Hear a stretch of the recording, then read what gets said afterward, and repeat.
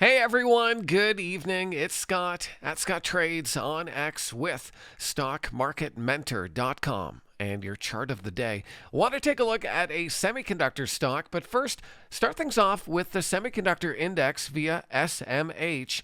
The VanEck Semiconductor ETF is in a strong uptrend and above all the key moving averages with near-term support in and around the 21-day exponential period moving average. So semiconductors have been working.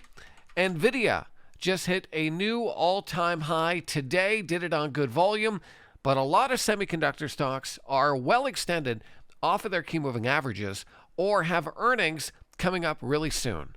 Most of them except Taiwan Semiconductor, ticker TSM. They had earnings just a couple of weeks ago, and it was a green box, so that looks like a positive green earnings.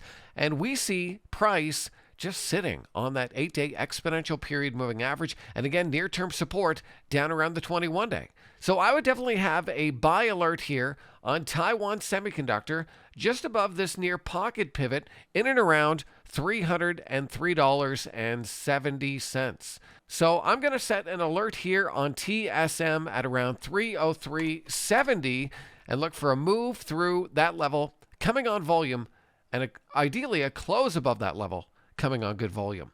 So that could get me into this stock, and then you'd want to add with a move above this resistance level at around 311.40. So you have your initial buy here, and then if it works, you're adding above 311.40.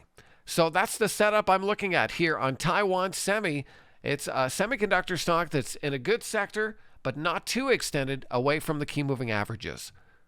I hope that video is helpful, and if you want to see more great setups like this, check out what we're up to at StockMarketMentor.com. Click that link, and hopefully I'll see you on the other side.